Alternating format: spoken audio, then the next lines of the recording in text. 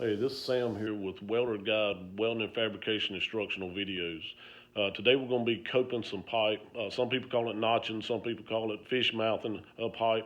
I just call it coping pipe. And what that is when you're building handrails or building roll cages for race cars. This is something, a skill that you're really going to need to know how to do. And I'm going to try to show you a very easy and cheap way to cope pipe.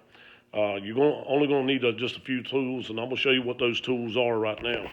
You got to have your little combination square, cut-off disc, flat disc for polishing, a tape measure, soapstone.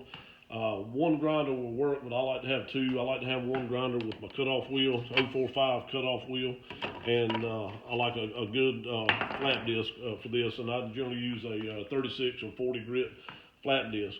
Now I'm going to show you a pretty fast way to do this, and I know there's plenty of jigs out on the market and coping patterns that you can buy.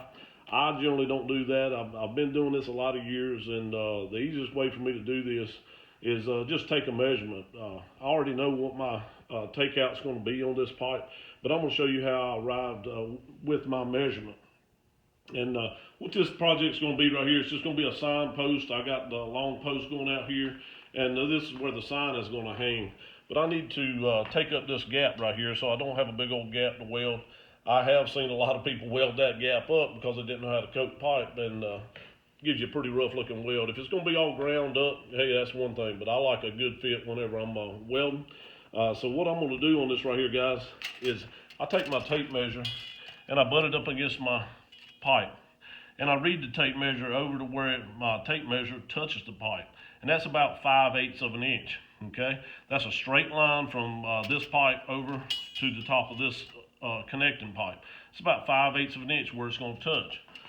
However, I don't want to take out 5/8 of an inch because my material is 1.5 inch schedule 40 pipe right here, and it's about 1/8 of an inch thick. So I got to allow a little bit for the thickness of the pipe. So what I do is I take my combination square and I set it on 1/2 of an inch, okay? And that 1/2 of an inch is how much I need to cut out of the sides of the pipe, okay? If I cut out a 1/2 inch on each side, that means this point will close up and come into contact with the pipe here, okay? And that is how I get my measurement. Now, the way that I do this, I'm gonna slide this pipe out of the way, grab my combination square, and I lay it up beside my pipe. Okay, and I make my mark. I make a mark on this side and a mark on this side. Okay, with my soapstone. So I've got to mark it a 1/2 inch here and a 1/2 inch here. And it's hard to do with me holding my phone in my hand. So I'm going to do this over on my pipe vise here in just a minute. But I want you to get the understanding of what I'm doing. Okay, if I come back a 1/2 inch here and a 1/2 inch here, that's my takeout. But what I also need to do is find the center of the top of my pipe. Width wants to roll. I'm just going to make a line here. That's going to be the center of my pipe. I like to go 1/4 of an inch on each side of that, because when I make my coat from the 1/2 inch mark up, I don't want to go all the way to the center of the pipe. If I go all the way to the center of the pipe, that's going to take out just a little too much area on the side of my pipe here, and it's going to leave a little gap. So I always just make a mark and come about 1/4 of an inch each way, and that does work on a lot of different sizes of pipe. But that's what I do for that, to not make my notch come out to a very, very sharp point. When you weld it up, you want this to be a nice, smooth, round transition as you're welding. So I'm going to go ahead and set my phone up, take this pipe, set it in the pipe vise, and I'm going to show you guys in real time. I'm going to try not to edit anything on this video, but I'm going to show you how quickly you can coat this pipe without having a lot of expensive milling machines and notchers and copers and all those different types of tools. I'm going to show you how to do that with just a cut-off wheel, a grinder, and combination square soapstone tape. That's really all that it takes. You could clamp this in your vise. I'm going to put it right here on my pipe vise and cut this out. But if you would, give me just 1 second. I'm going to put my face shield on because you do need a face shield when you're cutting and doing any kind of grinding like that. and I'm gonna put my ear protection in. But I'm gonna do all this in real time so you can see what's going on, okay?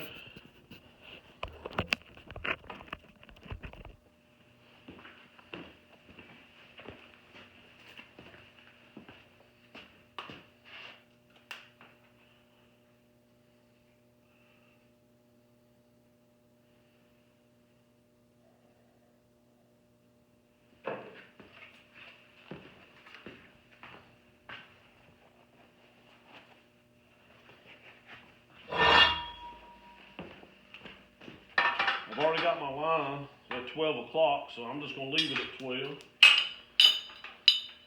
Gonna chain my pipe down, hold it in position. Take my combination square and make my line at a 1/2 inch on each side. Now what we're going to actually do, and I normally don't put any other marks on it than this right here, but you're actually going to make that cut just like that. I generally just line my cutting wheel up with my mark and make my cut. But here we go in real time to show you how quick you can do this.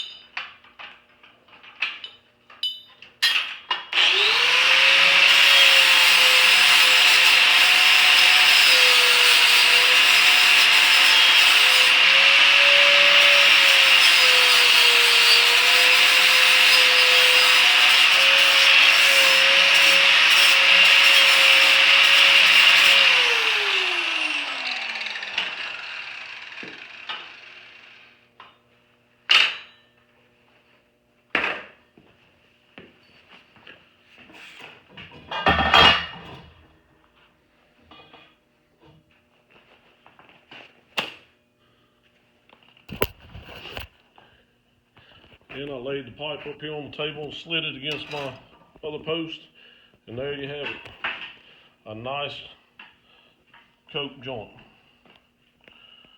And don't think I did any trickery when I moved from the pipe vise over to the table. It's the same piece of material, but it's just a nice little fit up, and any MIG welder can weld that up no problem. But guys, we thank you for watching this short little video, and hope you learned something from it. And it's a real cool trick to be able to coat pipe, especially if you're working in a remote area, don't have all that equipment with you, or you're custom building some handrails or roll cages. That's a real easy way to cope it out. And hope you guys learned something. If you did, I'd appreciate it if you subscribe to my channel, Welder Guide, and check us out on Instagram as well. And thank you a lot for watching our show. Thank you.